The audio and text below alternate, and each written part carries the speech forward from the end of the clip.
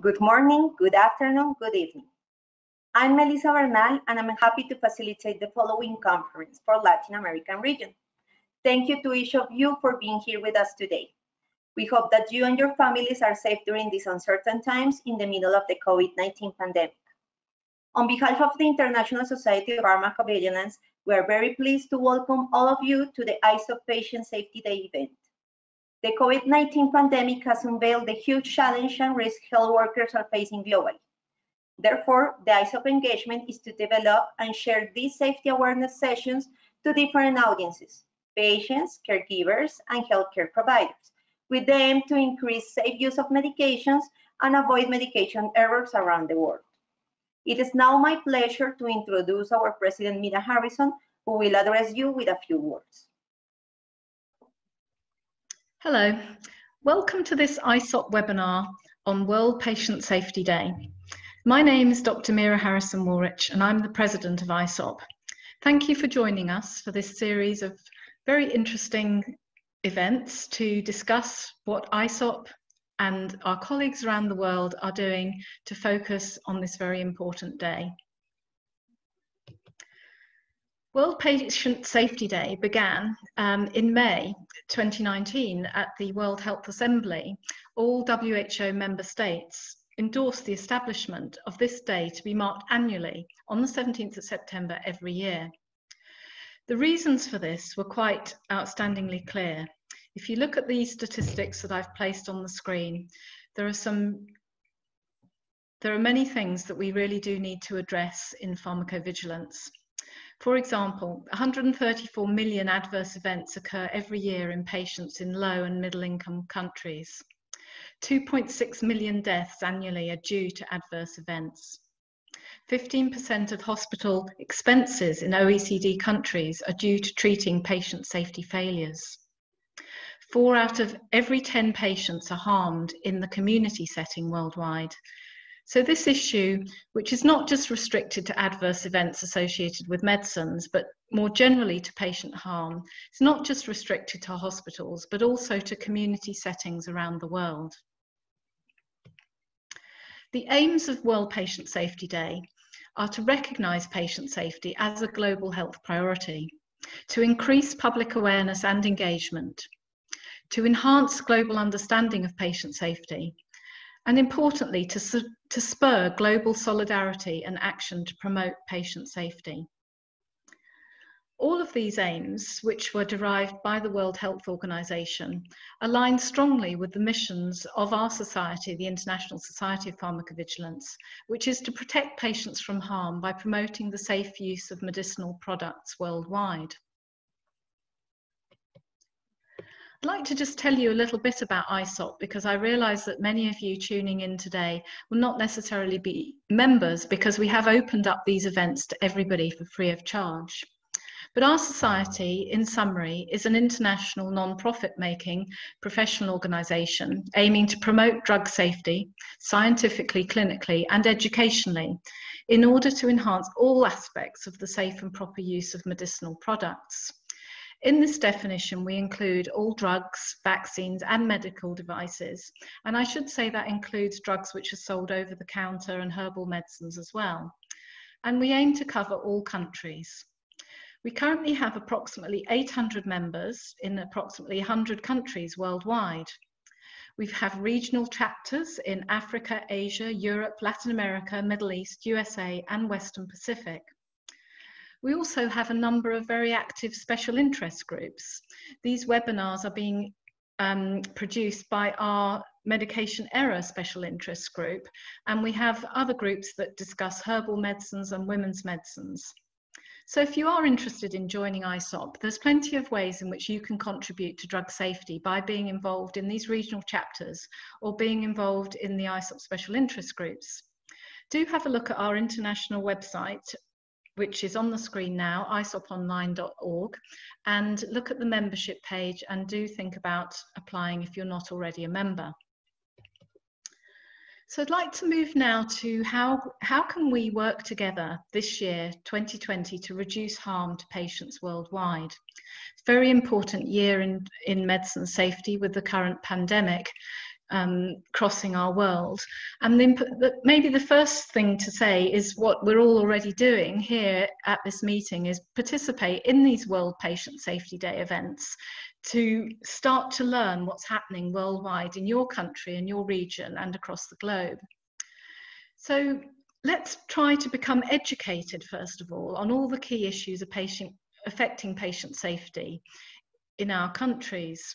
For example, are there issues with access to safe and effective medicines? Are there issues with medication errors, prescribing issues, or compliance issues? Or are there, and this could apply equally, special and specific safety issues with particular medicines, devices, or vaccines?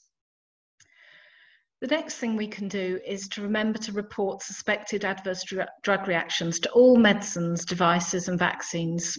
In most countries, there's a national authority where you can report any adverse event, and this information is available online. As I was saying earlier, this year is a very important year because of the pandemic and issues with vaccine safety and medicine safety. So think about joining a professional society such as ISOP to collaborate and share information with your colleagues. And the next and perhaps most important thing I have to say about this is to start some conversations about pharmacovigilance, about medicine safety in your pharmacy or your clinic. I'd like to just share with you now one example of what ISOP has been doing to start these conversations about medicine safety. Throughout this year, we've developed the image which is on your screen now, which is an infographic about using medicine safely during the COVID pandemic. This was developed by a group of us within the International Society of Pharmacovigilance, and we wanted to try to communicate 4 key messages about using drugs and other medicines at this time. And you'll see on your screen there are 4 areas that we have focused on about where you access medicines from, how to act on side effects of medicines, how to stay safe and healthy. This is a really important point because a lot of people actually start using medicines differently in times of crisis and pandemic. And lastly, being aware of fake news, of wrong information, and directing people to information sites which can be reliable and can be trusted. We also developed this infographic in several different languages, and I will just show you some of these now, because we are aware in our society, although English is the official language of ISOP, many of our members around the world, of course, speak different languages. So I'm just showing you now on your screen the infographic in different languages. And these are all available on our website, on the ISOP website, which is now on your screen, and they also can be found on our social media platforms. Please do take a moment to have a look at them. Feel free to download them, print them out, and use them wherever you can to promote patient safety in your country. So just to wrap up this introduction, as the webinars commence, please think about the following things. This day, World Patient Safety Day, is a really important reminder to all of us of the need for continuing work on protecting patients from harm in all countries, wherever you work. Do enjoy and learn from the presentations by the ISOP speakers and by our international collaborators during the series of webinars. The WHO estimate that up to 80% of harm to patients can be avoided. That's such an important statistic because it means there is a lot of things that we can do. So implement what you've learned in these seminars, take them back to your country and implement them in your healthcare community. And again, please consider joining ISOP, and we'd love to have you join us in our society and become engaged in all the activities that we have to offer. And the last thing to say before we start the programme of events is please remember that every day should be World Patient Safety Day. Thank you for your time, and thank you for listening, and I do hope you enjoy the remainder of the events. Thank you for your attention. Now, let me introduce you to Ana Rita Aguilar, who will introduce you to Elaine Carneiro. Olá, eu sou a Ana Rita Aguilar e gostaria de apresentar a conferencista Elaine Carneiro Capucho, farmacêutica e doutora em Ciências pela Universidade de São Paulo e especialista em farmácia clínica e hospitalar. Elaine foi responsável por implementar programas de segurança do paciente e farmacovigilância em 40 hospitais universitários do Brasil. Suas publicações são focadas em farmácia hospitalar, farmacovigilância e segurança do paciente. Atualmente, Elaine é professora adjunta da Faculdade de Ciências da Saúde da Universidade de Brasília, onde suas pesquisas e aulas sobre farmacovigilância são conduzidas. Além disso, Elaine é membro do Grupo de Interesse Especial de Erros de Medicação do ISOP e, neste evento, discorrerá sobre o seguinte tema: como um medicamento pode causar danos, voltada para a população em geral. Convido todos a participarem ativamente durante essa apresentação. As perguntas poderão ser feitas pelo chat disponível à esquerda da tela. Responderemos quantas perguntas pudermos durante esta conferência, e o restante das perguntas serão respondidas e publicadas na seção de perguntas e respostas no site isoponline.org, dentro de Patient Safety Day. Sem mais apresentações, dou boas-vindas e passo a palavra para Elaine Carneiro Capucho. Olá, estou muito feliz em estar aqui. Muito obrigada, Ana Rita, pela apresentação. É um grande prazer estar com você aqui. Hoje, a minha apresentação ela é voltada para o público em geral, porque a farmacovigilância também deve promover o health literacy, que as pessoas entendam, que as pessoas compreendam quais são os pontos principais para que nós não tenhamos tantos danos, tantas reações adversas, tantos erros de medicação, já que, por conceito, os erros de medicação também acontecem nas mãos dos pacientes. E eles precisam estar empoderados, precisam entender por que os danos acontecem, né? Por que o medicamento pode causar danos se ele veio para ajudar na saúde? Né? Então, começa por uma breve explicação. Essa é uma imagem dos testes pré-clínicos e clínicos realizados que acontecem com os medicamentos. Essa é uma imagem de um livro que é todo voltado para a população sobre Covid-19, da Universidade de Brasília, a professora Fabiana Brandão, a quem eu agradeço imensamente por ceder as imagens e permitir com que a gente explique um pouquinho para a população. É um livro super interessante, eu sugiro que leiam, está aqui o link para acesso livre a esse livro. Os medicamentos, eles começam com testes in vitro. O que são esses testes in vitro? Testes em laboratório, sem vão testando as moléculas, se elas realmente funcionam para aquela doença, sem expor a pacientes, a pessoas, né? Depois começam os testes em vivo, normalmente utiliza-se de animais para fazer esses testes, já estamos evoluindo para testes com células, enfim, né? E aí, faz esses testes em vivo, faz esses testes depois com humanos, que aí a gente entra para o estudo clínico, com pequenos grupos de pessoas, e depois passa para outro estudo clínico, que é a fase 2, que é a fase 3, desculpem, com uma fase com mais população, com mais pessoas utilizando esse medicamento. Para que são essas etapas? Para que a gente não exponha logo o paciente ou a população a um medicamento que não se sabe se ele realmente é seguro. Mas então por que continua? Por que tem a farmacovigilância? Se a Anvisa registrou e aí o produto chega no mercado, esse último quadrinho, o produto chega no mercado, o produto não é seguro, então por que tem que ficar vigiando? Porque esses estudos, eles são limitados, eles são para uma pequena parcela da população. E são também, o que a gente fala de controlados, né? Quando a gente entra aqui vendo fase 1, fase 2, fase 3 de estudos clínicos, de estudo com pessoas, né? Nós estamos falando de estudos controlados, você conhece todo mundo que está tomando, sabe quais são as comorbidades, ou seja, as outras doenças que a pessoa tem. Então, nessas fases, a gente consegue ter ideia, sim, do que o medicamento é capaz, tanto em relação à segurança, quanto em relação à eficácia. E quando eu falo segurança, estou falando de eventos adversos, de reações adversas, efeitos colaterais. E quando eu estou falando de eficácia, estou falando ele faz o efeito desejado, é aquilo mesmo que ele se propôs a fazer.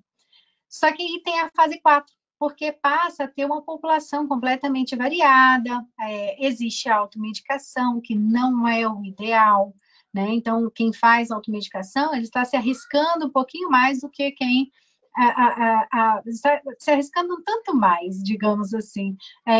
Por quê? Porque a prescrição médica, o médico escolhe o medicamento certo para o paciente certo, é assim que deveria ser, com toda a evidência científica. Que quer dizer essa evidência científica? São as informações importantes sobre aquele medicamento, para saber se você ou o seu vizinho são pessoas diferentes e precisam de cuidados diferentes, embora a gente vá utilizar medicamentos, às vezes, iguais. O pai está tomando medicamento, a filha está tomando o mesmo medicamento, isso pode ser coincidência, não quer dizer que se deu certo para um que vai dar certo para outro. É importante ter a análise de um médico, de um prescritor, de um odontólogo, enfim, e também as orientações dos farmacêuticos acerca do uso, por exemplo, dos medicamentos isentos de prescrição, né? Aqueles que não precisam da prescrição médica para serem disponibilizados. Então, em resumo, o que acontece? A gente tem poucas informações, sim, informações suficientes para registrar um produto, mas é necessário manter, monitorizar, ver se está dando certo mesmo, se aquilo que deu no estudo é o que vai chegar lá. Então, quais são os fatores para o sucesso da terapia medicamentosa? Tem os fatores relacionados aos pacientes, como eu disse, são pacientes diferentes, né? É uma população diferente, então ela pode ter resultados diferentes nessa variação. Então, tem relação, alguns medicamentos têm relação com a gordura corporal, outros têm relação com a etnia, com a origem do paciente. Tem várias respostas genéticas, né, as respostas dos nossos genes aos medicamentos, que a gente chama de farmacogenética. Enfim, tem várias informações diferentes. E aí, aqui é só um gráfico para mostrar que existe um intervalo que nós, técnicos, chamamos de intervalo terapêutico, que é aquele intervalo em que o medicamento vai fazer o efeito e não vai trazer tantos eventos adversos que sejam piores do que o efeito. Ou seja, na balança, o benefício é muito maior do que o risco.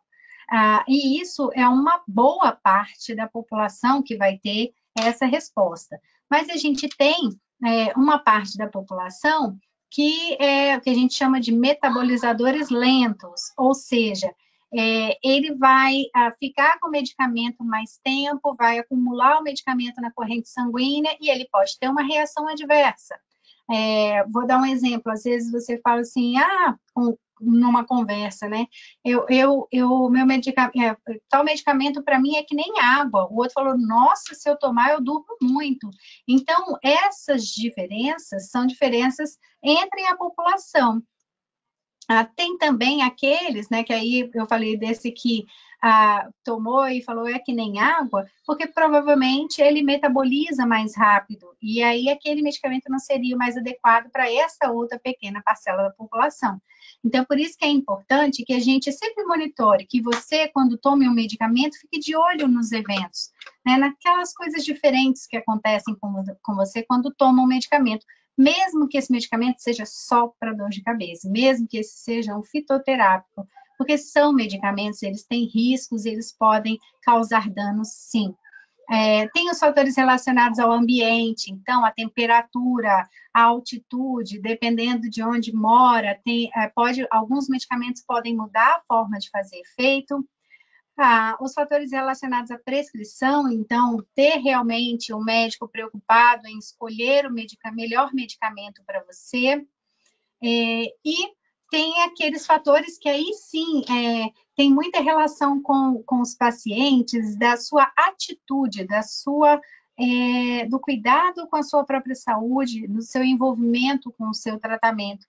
Há informações de que por mais que, né, por exemplo, os pacientes de estatinas, né, que usam medicamentos para reduzir LDL, ou gordura, né, no sangue, os pacientes, eles têm até, recebem o medicamento, às vezes gratuitamente, no sistema público de saúde, mas não utiliza todos os dias, esquece de tomar, e isso é muito importante. Então, nós temos que arrumar algum mecanismo, fazer um caderninho para anotar, uma agenda, um calendário, riscar o dia que tomou, para ter certeza que está aderindo ao tratamento e que o tratamento, então, vai fazer efeito.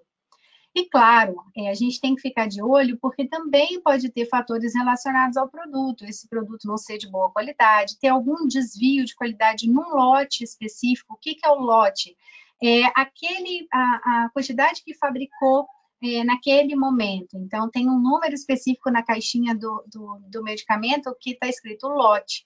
É porque é uma forma de rastrear, ou seja, de chegar lá, como que foi produzido aquele medicamento naquele dia, quem estava naquele momento. Enfim, é uma forma de te ajudar a descobrir os porquês das coisas. Então, é importante também que o paciente, quando tem alguma reação adversa, leve para o consultório, leve para a farmácia, a caixinha do medicamento, com a informação de qual medicamento era, para poder também a gente ter essa informação do lote, que marca que era, que fabricante que era, para também procurar saber se não pode ter a ver com um desvio de qualidade do produto.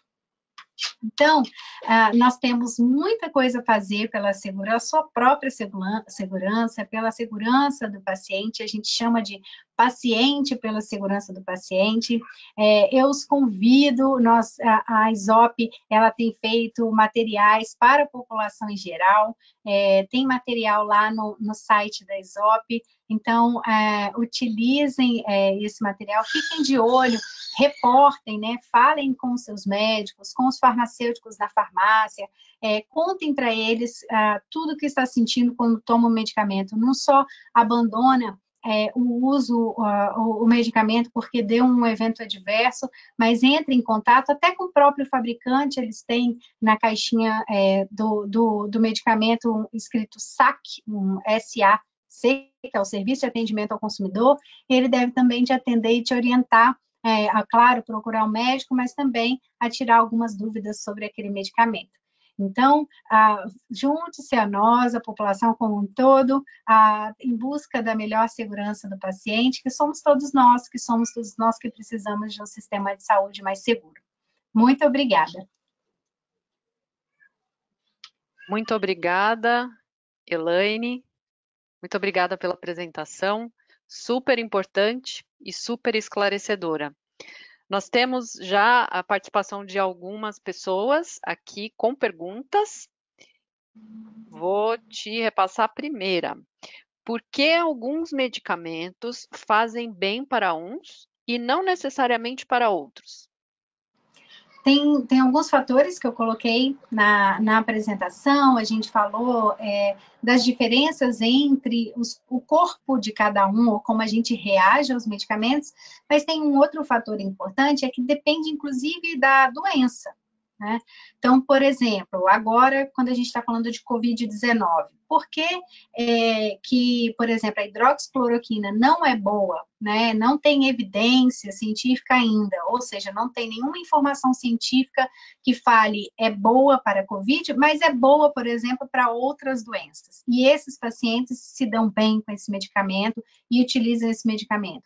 Porque eles têm doenças que, quando se faz a relação de risco e benefício, é melhor que ele utilize o medicamento, mas ele está sendo completamente monitorado sobre os efeitos adversos daquele medicamento. Então, tem uma relação importante na hora de tomar a decisão para o uso do medicamento, que também é esse risco e o benefício de acordo com a doença do paciente. Às vezes, é uma coisa que causa muito efeito adverso, mas ele não tem outra alternativa. Então, ele vai, com prescrição médica, com evidências de que também existe um efeito positivo, ele vai utilizar. Agora, quando a gente só tem a evidência do efeito negativo, não vale a pena a gente se expor, né? Então, é melhor a gente não se expor quando não tem uma evidência de efeito positivo. Ok. Uma próxima pergunta. Por que as evidências científicas mudam? Elas mudam porque os estudos vão acontecendo ao longo do tempo. Então, enquanto a gente está aqui ouvindo essa palestra, tem vários estudos sendo realizados nesse momento, publicados. Só para a Covid, até junho, foram 40 mil trabalhos. Então, toda hora vem uma evidência, um estudo, uma forma de estudar, uma forma de fazer diferente. Então, é claro que, para a gente pensando para a população como um todo, tem níveis de evidência, tem aqueles que têm melhor evidência, que é aquele que a gente tem mais certezas, e aqueles que a gente tem menos certezas. Então, o que é importante? Que a gente sempre procure questionar mesmo o profissional de saúde que está prescrevendo, se ele tem certeza, se ele leu sobre isso, onde ele leu sobre isso. A gente precisa também questionar, participar do processo de cuidado, questionando o profissional. O bom profissional vai te dar as respostas. Ok, vamos para a nossa última pergunta. Por que a Anvisa restringiu a liberação de alguns medicamentos na Covid-19, como hidroxicloroquina e a ivermectina?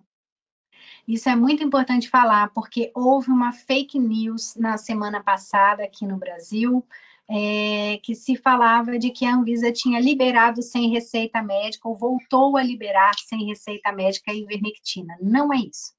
O que a Anvisa fez no início foi fazer um controle especial. O que quer dizer isso? Que para receber o medicamento, na hora de comprar o medicamento na farmácia, além de levar a prescrição médica, que já sempre foi obrigatória, ele vai reter essa receita ali para o maior controle de que existe quem é esse médico, quem é esse paciente, que lote, aquela informação do lote que eu falei, qual o fabricante, enfim, para ter mais dados sobre aquele medicamento, dada a condição de determinados medicamentos. Nesse caso, foi principalmente para reduzir o uso irracional, mas também para evitar o desabastecimento. O que é isso? Para evitar faltar para quem precisa de verdade. Né? E aí, o que a Anvisa fez, na verdade, ela não deixou de pedir a prescrição médica. A prescrição continua sendo um medicamento que deve ser dispensado nas farmácias com prescrição, mas com a receita do médico. Mas agora só não vai ficar retida lá na farmácia. Ok. Muito obrigada, Elaine, mais uma vez. Nós já esgotamos o tempo, ficamos aí com essas 3 perguntas. Agradeço muitíssimo a sua participação, excelente apresentação, sempre muito informativa. Agradeço a todos que estiveram conosco durante esse momento e lembrando que as perguntas que não foram respondidas aqui serão disponibilizadas as respostas no site do ISOP, dentro da área de Patient Safety Day. Muito obrigada ao ISOP pela oportunidade, aproveitem o evento e muito obrigada.